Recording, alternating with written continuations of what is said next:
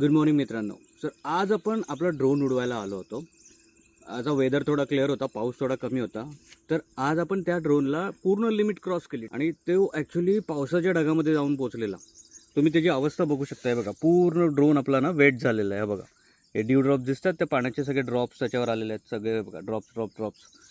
But वरती पाठवणं worth होतं. जो व्ह्यू भेटला ना, ऑसम. दाखवतो तुम्हाला व्ह्यू तो.